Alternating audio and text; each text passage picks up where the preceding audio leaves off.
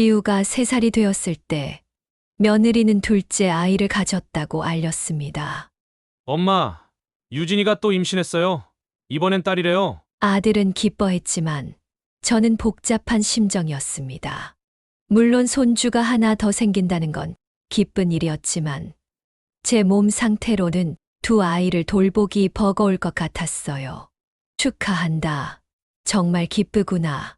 엄마, 이번에도 많이 도와주세요. 유진이가 출산 후에 바로 일을 해야 해서. 제 의견은 묻지도 않고 당연히 제가 돌볼 거라 생각하는 아들이 원망스러웠습니다. 하지만 거절할 용기도 없었어요. 그래, 내가 할 수 있는 한 도와줄게. 며느리는 임신 중에도 야근이 잦았고 집안일은 더욱 저에게 몰렸습니다. 어느 날 저녁 며느리가 늦게 귀가했어요. 어머님, 오늘 저녁 뭐예요? 아, 된장찌개에 몇 가지 반찬 해놨어. 며느리는 밥상을 보더니 인상을 찌푸렸습니다. 또 된장찌개예요? 요즘 계속 비슷한 음식만 해주시네요. 미안하구나. 장을 보러 가기가 힘들어서. 제가 카드 드렸잖아요. 좀 다양하게 좀 해주시면 안 될까요? 며느리의 말에 서운함이 밀려왔지만 참았습니다. 알았어. 내일은 다른 걸 해볼게. 며느리는 한숨을 쉬며 방으로 들어갔고 저는 홀로 설거지를 하며 눈물을 삼켰어요. 둘째 아이가 태어나자 상황은 더 악화되었습니다. 이제 3살 배기와 갓난아기를 동시에 돌봐야 했어요. 밤에는 아기가 울면 저가 항상 일어나 돌봤고 낮에는 두 아이를 번갈아 돌보며 지쳐갔습니다. 어머님, 은서가 왜 이렇게 울어요? 제대로 좀 봐주세요. 미안해. 아마 배가 아픈가 봐. 그럼 병원에 데려가 보세요. 제가 일하는 동안 애들 관리를 제대로 해주셔야죠. 안녕하세요. 인생을 깨닫는 관점입니다. 어머, 이게 대체 무슨 상황인 걸까요? 아들 내외가 어머니에게 독박 육아를 당연하다는 듯이 시키면서 말도 참 예쁘지 않게 하고 있는데요. 오늘은 살신성인의 마음으로 육아와 가사노동을 책임지다 결국 힘든 결정을 하신 60대 박정희님의 사연을 들어보겠습니다. 안녕하세요. 저는 올해로 68 된 박정희라고 합니다. 저는 지금 제 인생에서 가장 힘든 시간을 보내고 있습니다. 여러분께 이렇게 사연을 보내는 이유는 제 마음속에 쌓인 응어리를 풀고 싶어서예요. 말 한마디 하기 힘든 시간들을 견디다 보니 이렇게라도 제 이야기를 들어줄 누군가가 필요했습니다.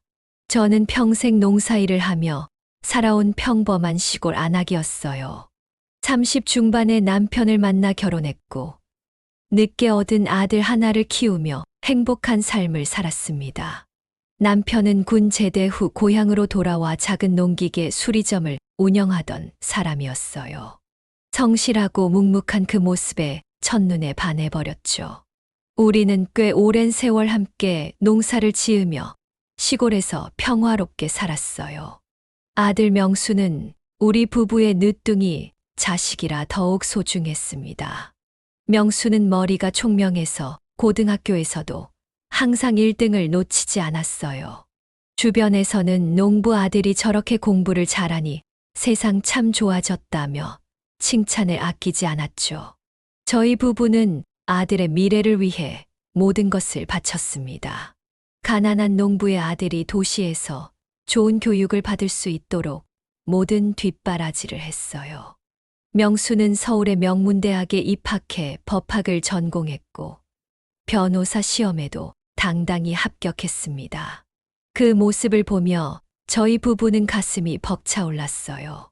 우리의 피와 땀으로 키운 아들이 이제는 세상에서 인정받는 사람이 되었다는 사실이 너무나 자랑스러웠습니다. 명수는 대형 로펌에 취직해 승승장구했고 30살에 같은 로펌의 여자 변호사와 결혼했어요. 며느리 유진은 도시에서 나고 자란 세련된 여성이었습니다. 처음 만났을 때는 시골 출신인 저를 어색해하는 듯 했지만 곧 친절한 모습을 보여주어 마음이 놓였어요. 아들의 결혼식은 서울 강남의 호화로운 호텔에서 열렸습니다. 평생 논밭만 바라보며 살아온 저로서는 그런 화려한 장소에 있는 것조차 어색했어요. 하지만 아들이 행복해 보이는 모습에 모든 것이 용서되었습니다. 그렇게 저희 부부는 아들을 서울로 떠나보내고 시골에서 계속 농사를 지으며 살았어요. 가끔 명절이면 아들 내외가 찾아와 며칠 머물다 가곤 했습니다. 하지만 점점 그 간격이 길어졌고 아들 내외는 바쁘다는 핑계로 전화 한 통 없이 몇 달씩 연락이 끊기기도 했어요. 그러던 어느 날 남편이 갑자기 가슴을 움켜쥐며 쓰러졌습니다.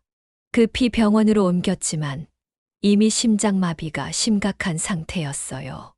의사는 중환자실로 옮겨 치료를 해보겠다고 했지만 사실상 희망이 없다는 눈치였습니다. 저는 급히 아들에게 전화를 걸었어요. 명수야, 아버지가 갑자기 쓰러지셨어. 빨리 내려와 주겠니? 아들은 잠시 말이 없더니 떨리는 목소리로 대답했습니다.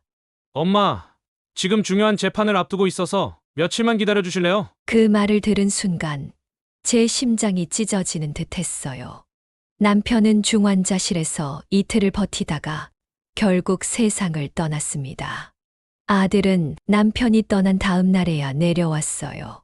장례식 내내 아들은 슬픔에 잠겨 있었지만 며느리는 어색한 표정으로 서 있을 뿐이었습니다. 장례를 마치고 아들 내외는 바쁘다며 서둘러 서울로 돌아갔어요. 저는 홀로 빈집에 남겨졌습니다.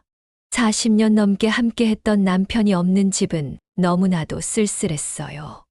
아침에 눈을 뜨면 남편의 빈자리가 먼저 눈에 들어왔고 밥을 차려도 마주 앉아 먹을 사람이 없었습니다. 혼자 농사를 짓기에는 나이가 너무 들었고 심신도 지쳐 있었어요. 결국 농사일을 정리하고 그동안 모아둔 돈으로 생활하기로 했습니다.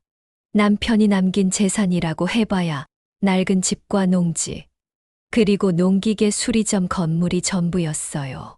하지만 시골의 땅값이 워낙 싸서 팔아봐야 얼마 되지 않을 것 같았습니다. 그렇게 반년 정도를 홀로 지내던 어느 날, 갑자기 아들에게서 전화가 왔어요. 엄마, 잘 지내고 계세요? 드릴 말씀이 있어서요. 오랜만에 듣는 아들의 목소리에 가슴이 설렜습니다. 그래, 무슨 일이니? 저 사실은 유진이가 임신했어요. 곧 아기가 태어날 건데 혼자 어떻게 키울지 걱정이에요. 저는 기쁨에 가슴이 벅차올랐습니다. 아이고, 정말. 그럼 내가 가서 도와줄까? 그게 엄마가 서울로 올라오시면 어떨까 해요. 우리 집에서 같이 살면서 아기도 봐주시고. 저는 잠시 생각에 잠겼습니다. 시골의 남편의 유품과 추억이 가득했지만 손주를 볼 수 있다는 생각에 마음이 흔들렸어요. 그래, 내가 올라갈게. 근데 내가 가면 집은 어쩌지? 엄마, 그 집이랑 땅은 팔면 어떨까요? 서울에 오시려면 생활비도 필요하실 거고. 아들의 말에 잠시 망설였지만 결국 동의했습니다. 남편과의 추억이 담긴 집과 땅을 떠나는 것은 가슴 아팠지만 홀로 늙어가는 것보다는 아들 가족과 함께 사는 게 낫다고 생각했어요. 집과 땅을 팔고 얼마 되지 않는 돈을 손에 쥐고 서울행 기차에 올랐습니다. 아들이 사는 아파트는 강남의 비싼 동네에 있었어요. 33층짜리 고층 아파트는 제가 상상했던 것보다 훨씬 크고 화려했습니다. 엄마, 이쪽으로 오세요. 저희 집은 22층이에요. 아들이 안내하는 대로 따라가니 넓고 깔끔한 아파트가 나타났습니다. 와, 정말 멋진 집이구나. 엄마가 계실 방은 이쪽이에요. 좀 작지만 괜찮죠? 아들이 안내한 방은 작았지만 깔끔했어요. 창문 밖으로는 서울의 전경이 내려다 보였습니다. 충분히 좋구나. 고마워. 며느리는 뒤늦게 나와 어색하게 인사를 건넸습니다. 어머님, 오셨어요? 식사는 하셨어요? 아니, 아직. 하지만 괜찮아. 너무 신경 쓰지 말아다오. 곧 아기가 태어날 텐데 많이 도와주세요. 며느리의 배는 이미 불러 있었고 출산이 얼마 남지 않은 듯 했습니다. 저는 서울 생활에 적응하려 노력했어요. 고층 아파트 생활, 복잡한 지하철, 끝없이 이어진 빌딩들. 모든 것이 낯설었습니다. 하지만 곧 태어날 손주를 생각하며 마음을 다잡았어요. 제가 서울에 온 지 한 달 후 며느리는 건강한 사내아이를 낳았습니다. 아들은 어떻게 병원에 도착했는지도 모를 정도로 흥분해 있었어요. 엄마, 우리 아들이에요. 이름은 지우로 지었어요. 저는 손주를 바라보며 눈물이 쏟아졌습니다. 아이고, 내 손주 왔구나. 고맙다. 정말 고맙다. 며느리는 출산 후 산후조리원에서 2주를 보냈고, 저는 그동안 집을 깨끗이 정리하고 아기를 맞을 준비를 했어요. 며느리가 돌아온 후부터 제 일상은 완전히 바뀌었습니다. 아침 일찍 일어나 집안일을 하고 아기를 돌보며 하루가 어떻게 지나가는지도 모를 정도로 바빴어요. 어머님, 지우 좀 봐주세요. 저 잠깐 친구들 만나고 올게요. 어머님, 오늘 저녁은 제가 친구들과 약속이 있어서 못해요. 준비해 주실 수 있죠? 어머님, 내일 아침에 일찍 회의가 있어서 지우 밥 좀 챙겨주세요. 처음에는 새 생명의 탄생에 기뻐서 기꺼이 도왔지만 점점 며느리의 요구가 늘어갔어요. 며느리는 출산 후 6개월 만에 다시 회사로 복귀했습니다. 그때부터 제 역할은 완전한 보모가 되었어요.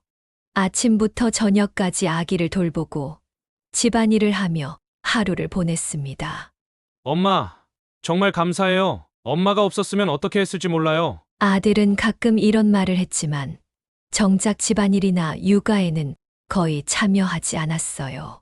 아들 내외는 바쁘다는 핑계로 주말에도 일을 하러 나갔고 저는 손주와 단둘이 시간을 보내는 날이 많아졌습니다. 처음에는 손주와 함께하는 시간이 행복했지만 점점 체력적으로 힘들어졌어요. 이른에 가까운 나이에 갓난아기를 돌보는 일은 생각보다 훨씬 고된 일이었습니다. 어머님, 지우가 자꾸 울어요. 좀 달래주세요. 밤중에도 아기가 울면 며느리는 저를 깨웠고 저는 피곤함을 참고 일어나 아기를 달랬어요. 아들과 며느리는 자신들의 경력과 사회생활에 집중했고 저는 점점 집안의 가사도우미이자 보모로 전락해 가고 있었습니다. 제가 서울에 온 지 1년쯤 지났을 때 문제가 생기기 시작했어요. 제가 가져온 돈이 거의 바닥나고 있었습니다. 시골 집과 땅을 팔아 가져온 돈은 생각보다 빨리 소진되었어요. 명수야, 내가 가져온 돈이 거의 다 떨어져 가는구나. 그래요? 엄마 돈을 다 어디에 쓰신 거예요? 생활비랑 손주 장난감도 사주고 그러다 보니까 아들은 잠시 생각하더니 말했습니다. 엄마, 사실 저희도 집 대출금이랑 생활비 때문에 빠듯해요. 아직 유진이도 경력이 짧아서 수입이 많지 않거든요. 저는 당황스러웠습니다. 그럼 내가 어떻게 하면 좋을까? 어머님, 죄송한데 혹시 아르바이트 같은 걸 하실 생각은 없으세요? 요즘은 노인 일자리도 많다던데. 저는 멍해졌습니다. 내가 일을 한다고? 네, 지우 이제 어린이집 보낼 거니까 낮 시간에는 시간도 있으실 거고. 이제는 제가 돈을 벌어오기까지 바라는구나 싶어 마음이 아팠습니다. 하지만 다른 선택지가 없었어요. 결국 저는 근처 분식집에서 오전에 일하기 시작했습니다. 아침 일찍 일어나 손주를 어린이집에 데려다주고 분식집에서 점심시간까지 일한 뒤 다시 손주를 데리러 가는 일상이 시작되었어요. 분식집에서 일하기 시작한 지 몇 개월이 지나자 몸에 이상이 생기기 시작했습니다. 허리가 아프고 무릎이 시큰거리며 밤에는 잠을 제대로 이루지 못했어요. 하루는 분식집에서 일하던 중 갑자기 어지러움이 몰려와 쓰러졌습니다. 다행히 큰 사고는 아니었지만 병원에서는 과로와 스트레스로 인한 빈혈이라고 했어요. 어머님, 괜찮으세요?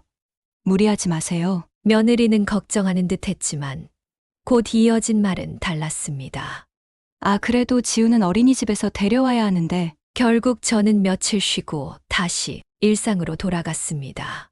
하지만 몸 상태는 점점 나빠졌고 분식집 일을 그만둘 수밖에 없었어요. 명수야, 엄마 더 이상 일을 못하겠어. 몸이 너무 안 좋구나. 알겠어요. 엄마, 무리하지 마세요. 저희가 어떻게든 해볼게요. 아들의 말은 고맙게 들렸지만 현실은 달랐습니다. 일을 그만두자 아들 내외의 태도가 미묘하게 변했어요. 어머님, 지우 밥은 꼭 제 시간에 먹여주세요. 어제는 늦게 먹여서 밤에 잠을 못 잤어요. 어머님, 빨래를 이렇게 하시면 안 돼요. 옷이 다 망가져요. 엄마, 전기세가 너무 많이 나왔어요. 좀 아껴 써 주세요. 사소한 지적이 늘어났고 제 존재 가치는 점점 집안일과 손주 돌봄에만 국한되었습니다. 어느 날은 며느리가 친구들을 집으로 초대했어요. 어머님, 오늘 제 친구들이 오는데 혹시 맛있는 반찬 좀 만들어 주실 수 있을까요? 저는 기꺼이 시골에서 배운 솜씨로 정성껏 음식을 준비했습니다. 하지만 막상 친구들이 왔을 때 며느리는 저를 소개하지 않았어요. 유진아, 이 반찬 정말 맛있다. 어디서 샀어? 아, 이거? 그냥 집에서 만든 거야. 제가 만든 음식을 자랑스럽게 소개할 줄 알았는데 며느리는 마치 자신이 만든 것처럼 이야기했습니다. 그날 저녁 저는 제 방에 혼자 있으며 울었어요. 아들이 군대에 갔을 때도 남편이 세상을 떠났을 때도 참았던 눈물이 이제야 쏟아졌습니다. 내가 왜 이런 취급을 받아야 하는지, 어디서부터 잘못된 것인지 생각했어요. 시간이 흐를수록 아들 내외의 태도는 더 냉담해졌습니다. 엄마, 요즘 생활비가 너무 빠듯해요. 엄마가 좀 도와주셨으면 해요. 내가 어떻게 도와줄 수 있겠니? 내가 가져온 돈은 다 떨어졌잖아. 그래도 엄마는 저희 집에서 무상으로 사시잖아요. 식비랑 공과금도 다 저희가 내고. 아들의 말에 가슴이 찢어지는 것 같았습니다. 그럼 내가 나가길 바라니? 아니요, 그게 아니라 그냥 좀 더 절약해서 사시면 좋겠어요. 절약이라는 말은 곧 더 많은 집안일과 손주 돌봄을 의미했습니다. 며느리는 점점 더 많은 일을 제게 미루었고 손주가 아프거나 문제가 생기면 저를 탓했어요. 어머님, 지우가 또 감기에 걸렸어요. 제대로 관리 좀 해주세요. 미안하구나. 날씨가 갑자기 추워져서 그런 것 같아. 제가 바빠서 어머님께 맡겼는데 이렇게 되면 어떡해요? 명수는 이런 상황에서도 침묵했고 오히려 아내의 편을 들었습니다. 엄마, 유진이가 회사에서 스트레스를 많이 받아요. 좀 이해해 주세요. 저는 아들의 말에 더욱 마음이 아팠습니다. 남편 없이 홀로 아들을 키우기 위해 얼마나 고생했는지. 시골에서의 힘든 삶을 견뎌온 것은 온전히 아들 때문이었는데 어느새 저는 아들 가정에서 귀찮은 존재가 되어 있었어요. 지우가 3살이 되었을 때 며느리는 2번째 아이를 가졌다고 알렸습니다. 엄마, 유진이가 또 임신했어요.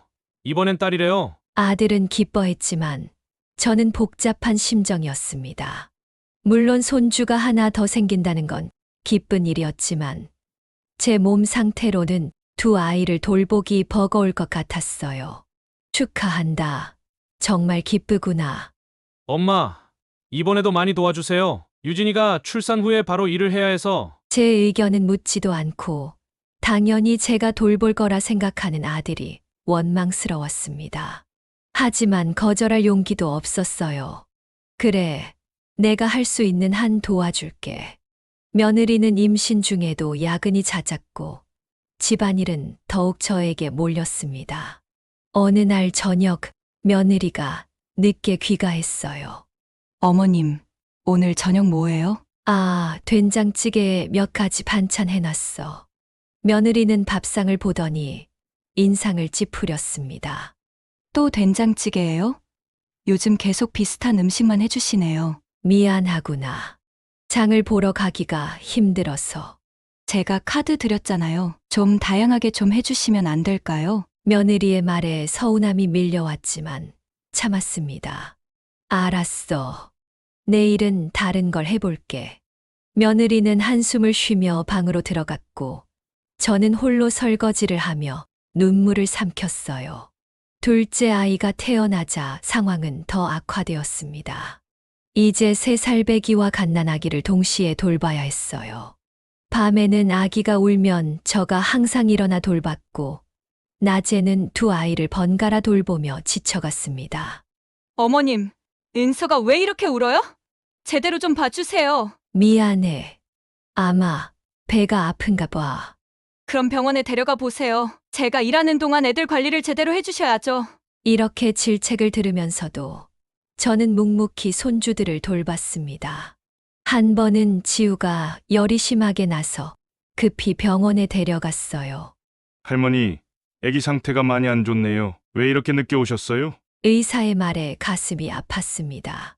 아침에는 괜찮아 보였는데 점심 먹고 갑자기 열이 올라서 병원비를 내려고 지갑을 열었는데 돈이 부족했어요. 결국 아들에게 전화를 걸어 상황을 설명했습니다. 엄마, 지금 중요한 회의 중이에요. 제 카드로 결제하시면 되잖아요. 미안하구나. 카드를 안 가져와서. 알겠어요. 제가 회의 끝나고 병원비 보낼게요. 그날 저녁 병원에서 돌아온 후 며느리가 화를 냈습니다. 어머님, 지우가 어떻게 이렇게 심하게 앓게 된 거예요? 아침에 이상한 기색이 있었으면 바로 병원에 데려가셨어야죠. 아침에는 정말 괜찮아 보였어. 제가 얼마나 놀랐는지 아세요?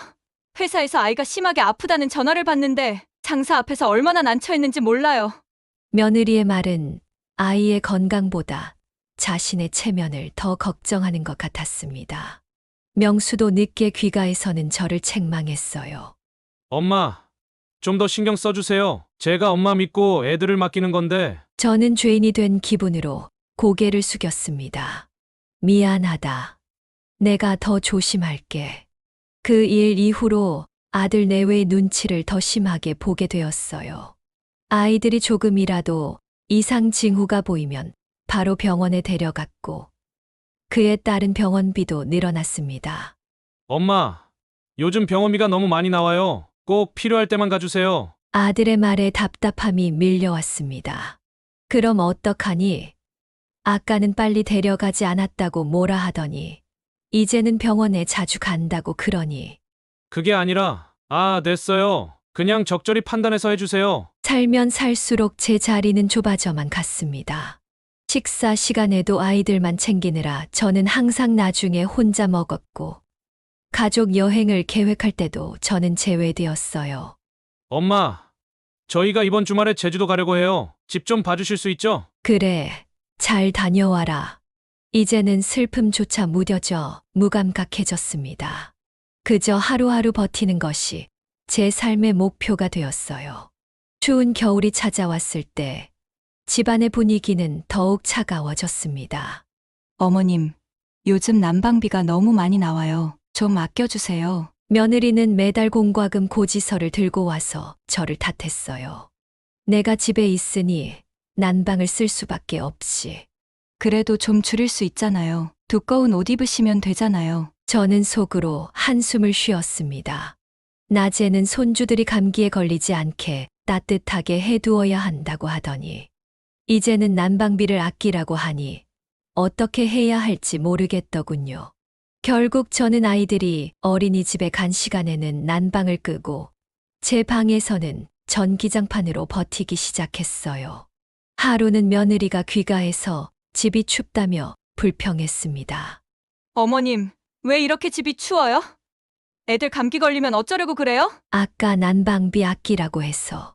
그건 완전히 끄라는 게 아니라 적절히 조절하라는 거였어요. 제 어깨는 점점 더 무거워졌습니다. 무엇을 해도 잘못인 것 같았어요.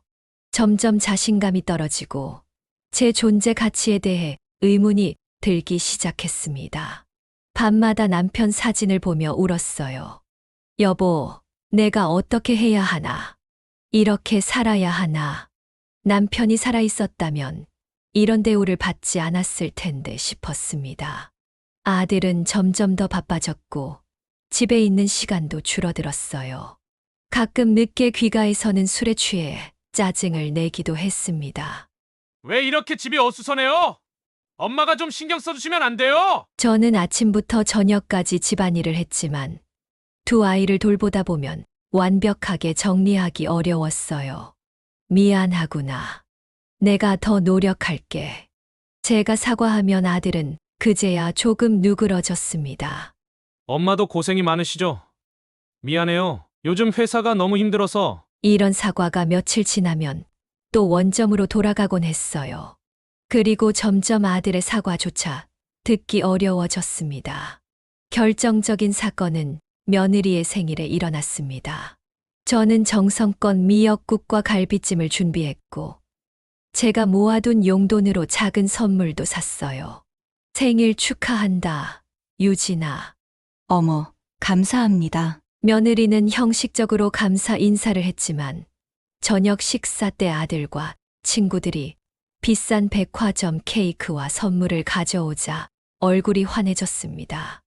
여보, 이거 진짜 내가 갖고 싶었던 거잖아. 어떻게 알았어? 당연히 알지. 당신이 매일 온라인 쇼핑몰에서 보고 있었잖아. 그런데 문제는 식사 후에 발생했어요. 제가 준비한 갈비찜을 며느리가 친구들에게 자랑하며 사진을 찍더니 갑자기 이상한 말을 했습니다. 이거 요즘 뜨는 맛집에서 배달시켰는데 진짜 맛있지 않아? 마치 제가 없는 것처럼 거짓말을 하는 모습에 가슴이 아팠습니다. 이건 내가 아침부터 준비한 건데. 제 말에 며느리는 잠시 당황했지만 이내 태연하게 대답했어요. 아, 맞다. 어머님이 준비하셨죠? 제가 깜빡했네요. 아들도 그런 며느리의 모습을 보고 아무런 반응이 없었어요. 이제는 제가 집에서 어떤 역할을 하고 있는지, 어떤 존재로 취급받고 있는지 명확해졌습니다. 그저 단순한 가사도우미, 그것도 비용을 받지 않는. 그날 밤, 저는 오랜만에 결심했습니다. 더 이상 이렇게 살지 않겠다. 하지만 현실적으로 제가 갈 곳도 없고, 돈도 없었기에 당장은 변화를 주기 어려웠어요. 그래도 마음만은 독립을 향해 한 걸음 내디딘 것 같았습니다. 봄이 찾아오던 어느 날, 둘째 은서가 갑자기 고열로 아프기 시작했습니다. 열이 40도까지 오르고 경기를 일으켜 제가 너무 당황했어요. 아들과 며느리는 둘 다 중요한 재판이 있다며 전화를 받지 않았습니다.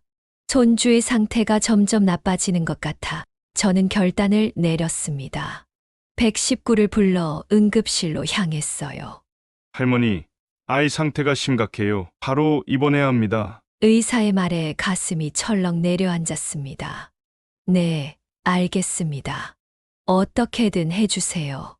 아이는 폐렴 초기 증상으로 진단받았고 즉시 치료를 시작했어요. 저는 병원비가 걱정되었지만 손주의 건강이 우선이었습니다. 간호사가 다가와 입원 수속을 도와주었습니다. 제 이름으로 수속을 밟았지만 병원비에 대한 부담이 마음에 걸렸습니다. 병원에서 밤을 새우며 손주를 간호하던 중 새벽에야 아들에게서 전화가 왔어요. 엄마, 지금 어디세요? 집에 안 계시네요. 은서가 아파서 병원에 왔어. 폐렴 초기래.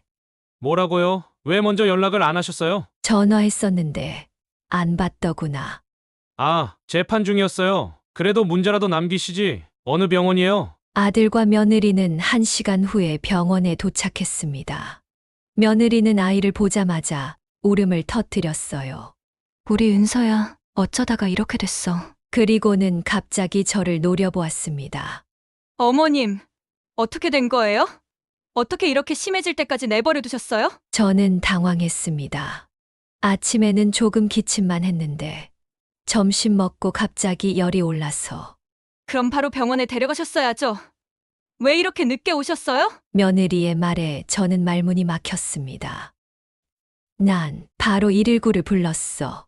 아들은 의사에게 병원비를 물어보더니 표정이 어두워졌어요. 며느리는 계속해서 저를 원망하는 눈빛으로 바라보았습니다. 의사가 다시 병실에 들어와 은서의 상태를 설명했어요. 다행히 빨리 치료를 시작해서 큰 위험은 넘겼습니다. 하지만 며칠간 입원해야 할 것 같아요. 얼마나 입원해야 하죠? 아들이 걱정스러운 표정으로 물었습니다. 최소 3일 정도는 봐야 할 것 같습니다. 그리고 퇴원 후에도 약 2주간 약을 복용해야 해요. 아들은 한숨을 내쉬었고 며느리는 저에게 차가운 시선을 던졌습니다. 이럴 거면 차라리 보모를 고용하는 게 나을 것 같아요. 며느리의 말에 저는 깊은 상처를 받았습니다. 그날 밤 저는 병원 의자에 앉아 밤을 새웠습니다. 아들 내외는 둘 다 다음 날 중요한 일이 있다며 집으로 돌아갔어요. 엄마, 죄송해요. 내일 아침 일찍 와볼게요. 병실에서 홀로 손주를 지키며 저는 인생의 갈림길에 서 있는 느낌이 들었습니다. 이게 정말 내가 살아야 할 모습일까? 다음 날 아침 은서의 열이 조금 내렸고 상태도 조금 나아졌어요. 간호사가 들어와 아이의 체온을 재고 약을 주었습니다. 할머니, 어제부터 계속 여기 계셨어요? 너무 힘드실 텐데. 괜찮아요. 손주가 아픈데 어떻게 자리를 비울 수 있겠어요? 간호사는 따뜻한 미소를 지으며 말했습니다. 정말 사랑이 많으신 할머니네요. 아이가 복이 많은 것 같아요. 그 말에 저는 눈물이 핑 돌았습니다. 그 마음을 알아주는 사람이 있다는 것만으로도 큰 위로가 되었어요. 오전에 아들이 잠시 들렀다가 다시 회사로 갔고, 오후에는 며느리도 잠깐 왔습니다. 그러나 둘 다 오래 머물지 않았고, 결국 밤에도 제가 병원에 남았어요. 다음 날 아이의 상태가 조금 더 좋아졌을 때 저는 잠시 집에 다녀오기로 했습니다. 큰 아이 지우도 봐야 했고 옷도 갈아입어야 했어요. 집에 도착하자 지우가 반갑게 달려왔습니다. 할머니, 어디 갔었어요? 은서가 아파서 병원에 있었어. 우리 지우는 괜찮았어. 네, 아빠가 돌봐줬어요. 아들이 휴가를 내고 지우를 돌봤다는 사실에 감사했습니다. 하지만 저녁에 아들이 귀가하자마자 던진 말은 저를 충격에 빠뜨렸어요. 엄마, 병원비 때문에 친구한테 돈을 빌렸어요. 이번 달 생활비가 빠듯할 것 같은데 그래서 어쩌자는 거니? 혹시 엄마가 조금 도와주실 수 있을까요? 저는 한숨을 쉬었습니다. 내가 낸다고 했잖니. 남은 돈이 얼마 없지만 아니에요. 다 내시라는 게 아니라 일부만이라도. 그 순간 저는 깨달았습니다. 제가 이 집에서 얼마나 무가치한 존재로 취급받고 있는지. 아들 내외에게 저는 그저 무료 베이비시터이자 가사도우미일 뿐이라는 것을.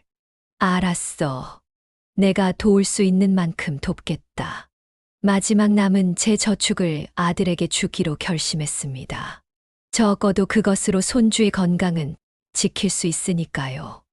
은서가 입원한 지 3일째 되는 날, 드디어 퇴원이 결정되었습니다. 의사는 앞으로 주의사항을 설명했고, 약 처방을 내줬어요.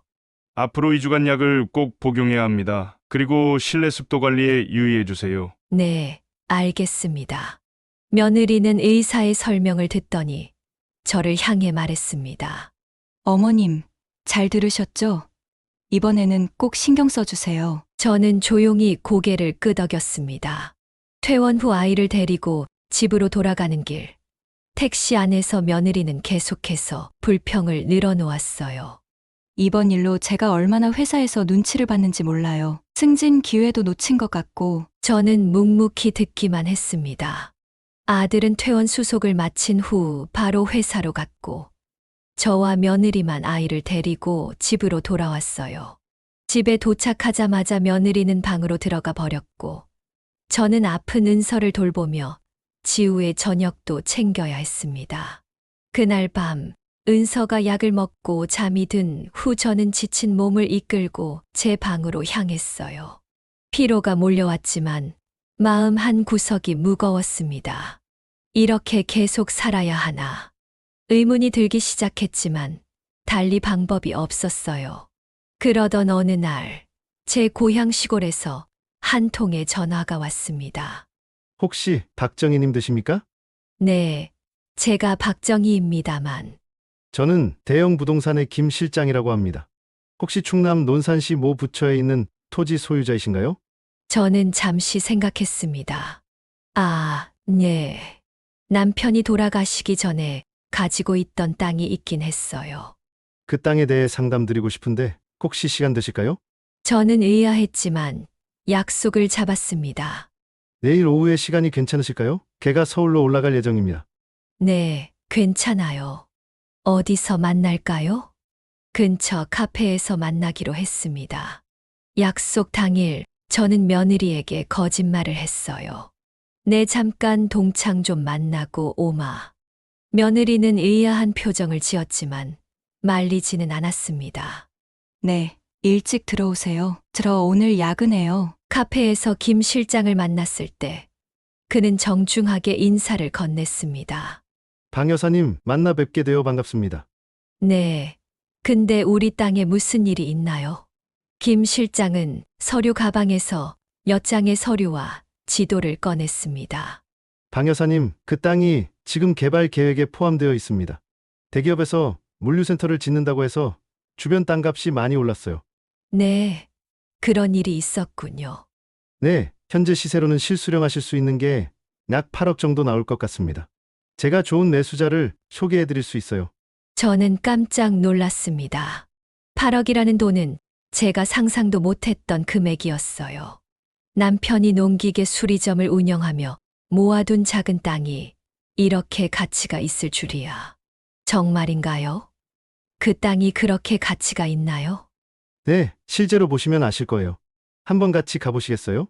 저는 잠시 생각했습니다. 그럼 내일 시간을 내서 가볼까요? 좋습니다. 제가 내일 아침 일찍 모시러 오겠습니다. 김 실장과 헤어진 후 저는 머릿속이 복잡했습니다. 만약 정말 그 땅이 8억이나 한다면 제 인생이 완전히 바뀔 수 있겠다는 생각이 들었어요. 집으로 돌아가는 길에 마음이 설렜습니다. 하지만 아직 누구에게도 이 사실을 알리지 않기로 했어요. 특히 아들과 며느리에게는요.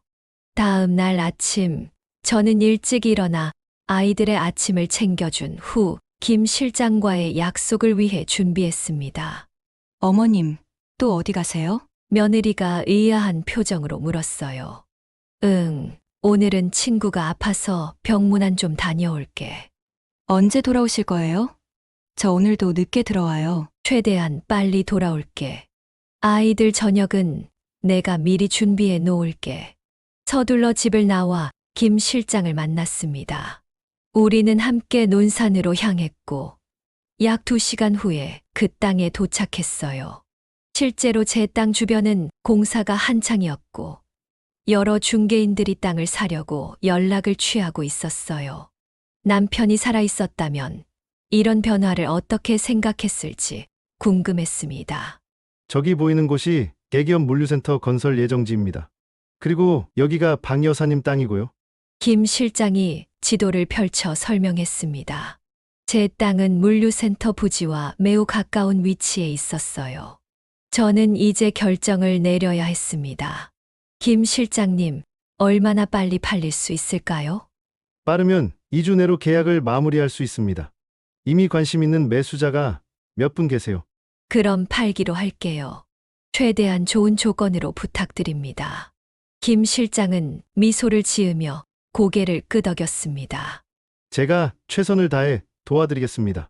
서울로 돌아오는 길, 저는 마치 꿈을 꾸는 것 같았습니다.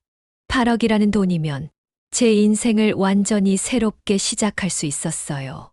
더 이상 아들 내외의 눈치를 볼 필요도 없고 제 삶을 스스로 꾸려나갈 수 있다는 생각에 가슴이 벅차올랐습니다. 집에 돌아오니 벌써 저녁이 되어 있었어요. 어머님, 이제야 오세요? 애들 저녁은 제가 시켰어요. 며느리는 짜증스러운 표정으로 말했습니다. 미안해. 생각보다 늦어졌네. 병문안 이렇게 오래 해요? 저 야근한다고 했잖아요. 저는 대답 대신 웃음으로 넘겼습니다. 이제 곧 이런 꾸중을 들을 일도 없을 테니까요. 2주가 지나는 동안 저는 비밀리에 준비를 시작했습니다. 은행에 새 계좌를 개설하고 인터넷으로 서울 외곽의 아파트 시세도 알아봤어요. 김 실장은 자주 연락을 주며 진행 상황을 알려주었습니다. 방 여사님, 좋은 소식이 있습니다. 당초 예상보다 더 좋은 가격에 매수자를 찾았습니다. 8억 5천만 원에 계약할 수 있을 것 같아요. 정말요. 그건 정말 좋은 소식이네요. 네, 이번 주말에 계약을 진행하려고 합니다. 혹시 시간 되실까요? 기다리던 주말이 되자 저는 아들에게 시골 친구 집에 다녀온다고 거짓말을 했습니다. 엄마, 요즘 자주 외출하시네요. 늙어서 더 친구들 만나고 싶은가 보다. 조심해서 다녀오세요. 혹시 돈 필요하시면 말씀하세요. 아들의 말에 쓴웃음이 나왔습니다. 제가 필요할 때는 도움을 주지 않더니 이제 와서 논산에 도착해 계약을 진행했습니다. 모든 서류에 서명하고 계약금을 받았어요. 나머지 금액은 다음 주에 제 계좌로 입금된다고 했습니다. 방 여사님, 축하드립니다. 정말 좋은 거래였습니다. 감사합니다. 김 실장님. 도움 많이 주셨어요. 계약을 마친 후 저는 가슴이 벅차올랐습니다. 이제 정말 새로운 삶을 시작할 수 있게 되었어요. 돌아오는 기차 안에서 저는 앞으로의 계획을 세웠습니다. 먼저 작은 방을 하나 구하고 조용히 이사를 준비한 후 떠나기로 했어요. 아들 내외에게는 마지막 순간까지 알리지 않을 생각이었습니다. 일주일 후 제 계좌에 8억이 입금되었습니다. 은행에서 입금 문자를 받았을 때 저는 손이 떨릴 정도로 긴장했어요. 이렇게 큰 돈을 한 번에 받아본 적이 없었기 때문입니다. 서둘러 은행에 가서 계좌 상태를 확인했고 정말로 그 돈이 입금되었음을 확인했습니다. 이제 정말 독립할 수 있겠구나. 다음 며칠 동안 저는 부동산을 돌아다니며 적당한 아파트를 찾았습니다. 서울 외곽의 조용한 동네 20평형 작은 아파트를 현금으로 구매했어요. 4억 2천만 원이라는 금액이 들었지만 이제 저에게는 충분한 돈이 있었습니다. 나머지 돈으로는 생활비와 제 노후를 대비할 수 있었어요. 아파트 계약을 마치고 이제 마지막 단계만 남았습니다. 조용히 이사를 준비하고 떠나는 것. 하지만 그 전에 아들 내외에게 어떤 메시지를 남길지 고민했어요. 어느 날 저녁 아들이 심각한 표정으로 저를 불렀습니다. 엄마, 할 말이 있어요. 그래, 무슨 일이니? 사실 저희가 집을 좀 옮기려고 해요. 더 넓은 곳으로요. 그래, 좋은 일이구나. 그런데 엄마도 아시다시피 저희 형편이 넉넉하지 않아서 아들의 말을 들으니 무슨 말을 하려는지 짐작이 갔습니다. 엄마, 혹시 노인복지관 같은 곳에 대해 들어보셨어요? 저는 가슴이 철렁 내려앉았습니다. 그게 무슨 말이니? 요즘 시설이 정말 좋다고 해요. 같은 또래분들과 어울리실 수 있고 프로그램도 많고. 아들은 저를 양로원에 보내려는 것이었습니다.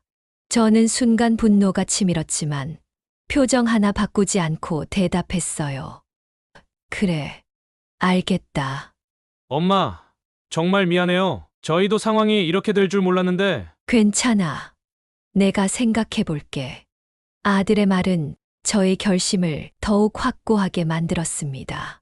이제 더 이상 망설일 필요가 없었어요. 다음 날부터 저는 짐을 조금씩 정리하기 시작했습니다. 제 물건은 많지 않았어요. 시골에서 가져온 몇 벌의 옷과 남편의 사진, 그리고 소중한 추억이 담긴 소품들 뿐이었습니다. 아들 내외가 출근하고 아이들이 어린이집에 간 시간을 이용해 짐을 조금씩 새 집으로 옮겼어요. 이삿짐 센터를 부를 수도 있었지만 소문이 날까봐 조심스러웠습니다. 일주일 동안 조금씩 짐을 옮기고 새 집에는 필요한 가구와 가전제품을 배달시켰어요. 마지막으로 필요한 것은 작은 반려동물이었습니다.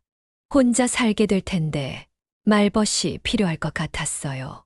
동네 애견샵에서 작은 말티즈 한 마리를 입양했습니다. 이름은 행복이라고 지을게. 앞으로 우리 함께 행복하게 살자. 강아지는 꼬리를 흔들며 저를 바라보았어요.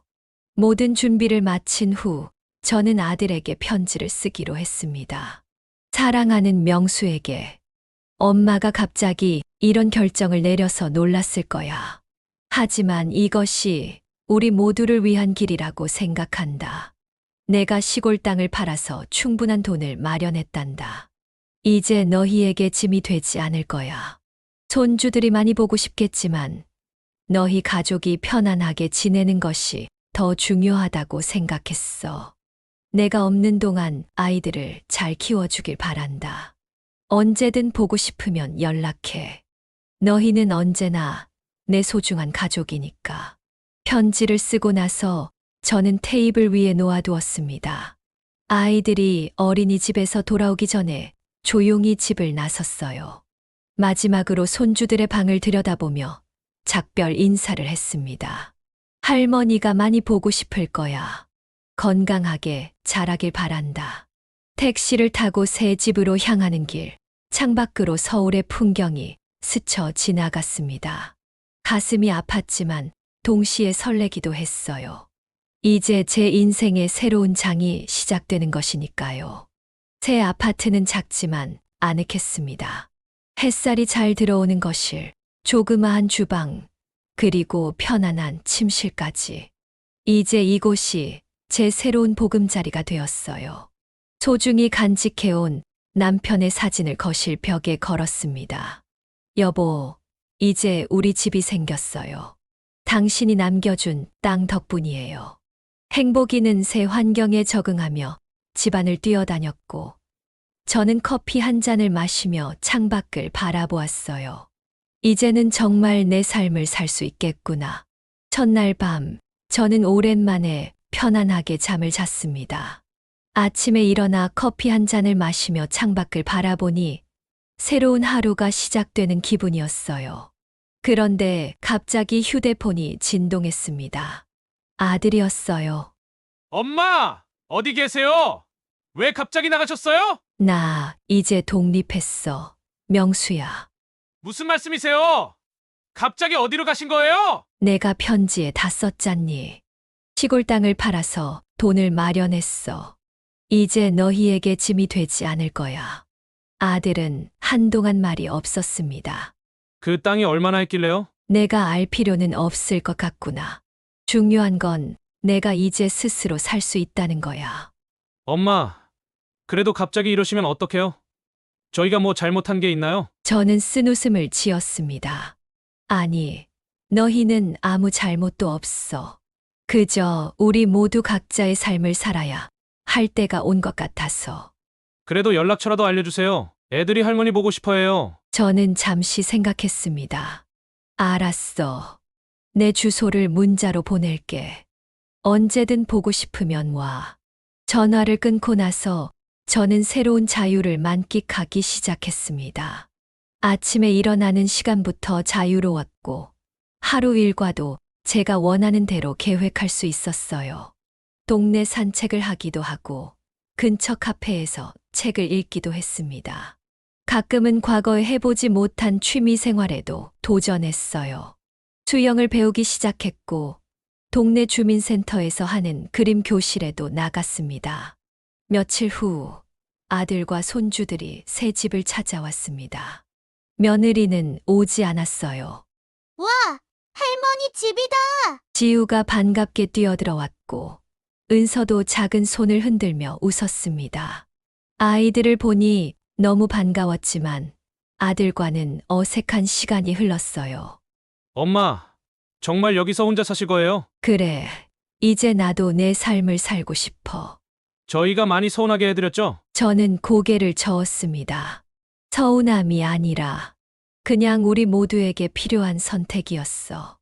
아들은 미안한 표정으로 고개를 숙였습니다. 엄마, 정말 죄송해요. 저희가 너무 이기적이었어요. 괜찮아. 넌 내 가정이 있으니까. 그걸 지키는 게 더 중요한 거야. 그런데 엄마 사실 저희 집에 문제가 생겼어요. 무슨 일이니? 유진이가 회사에서 스트레스를 많이 받아서 우울증 진단을 받았어요. 그리고 저희 둘 다 일하느라 애들을 제대로 못 돌보고 있어요. 아들은 도움을 청하러 온 것이었습니다. 예전 같았으면 바로 달려갔겠지만 이제는 달랐어요. 그래서 내가 돌아가길 바라니? 아, 그런 건 아니고 그냥 조언이라도 듣고 싶어서요. 명수야, 너희가 가족이잖니. 서로 도우며 살아가는 거야. 내가 대신 해줄 수는 없어. 아들은 실망한 표정을 감추지 못했습니다. 하지만 저는 흔들리지 않았어요. 대신 내가 주말에 아이들을 봐줄 수는 있어. 너희가 시간을 가질 수 있도록.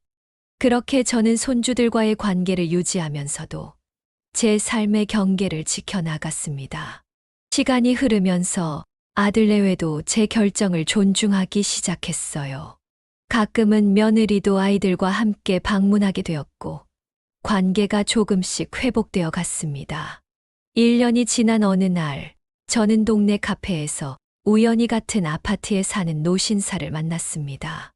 그분은 제 나이 또래의 퇴직한 교사였고, 취미로 원예를 즐기신다고 했어요. 혹시 함께 걸어가도 될까요? 같은 아파트에 사는 것 같아서요. 그렇게 시작된 만남이 점점 깊어져 갔습니다. 이제 저는 주말마다 그분과 함께 산책을 하고 카페에서 대화를 나누는 소소한 행복을 누리고 있어요. 혼자 있을 때는 없던 설렘이 다시 찾아왔고 삶의 즐거움도 커졌습니다. 저는 제 몫의 행복을 찾았고 아들 가정도 자신들의 방식으로 문제를 해결해 나갔어요. 이제 저는 누군가의 어머니, 할머니이기 전에 한 사람의 박정희로 살아가고 있습니다. 늦게 찾은 제 삶이지만 그래도 소중한 제 인생이니까요. 오늘도 저는 창가에 앉아 햇살을 느끼며 생각합니다. 모든 어머니들이 자신의 삶을 찾을 수 있길 바라요. 자식을 위한 희생도 중요하지만 자신을 위한 시간도 필요하니까요. 이것이 제가 여러분께 전하고 싶은 이야기입니다. 여기까지 제 긴 사연을 끝까지 들어주셔서 감사합니다. 네, 오늘 이야기는 어떠셨나요? 오늘 이야기를 듣고 어떻게 생각하시는지 어머님, 아버님의 생각을 댓글로 공유해주세요. 저는 또 다른 사연으로 찾아뵙겠습니다. 구독, 좋아요, 알림 설정을 통해 앞으로도 많은 지혜와 경험을 나눌 수 있게 함께 해주세요. 어머님, 아버님의 따뜻한 정을 나눌 수 있는 창구가 되겠습니다. 인생을 깨닫는 관점이었습니다. 감사합니다.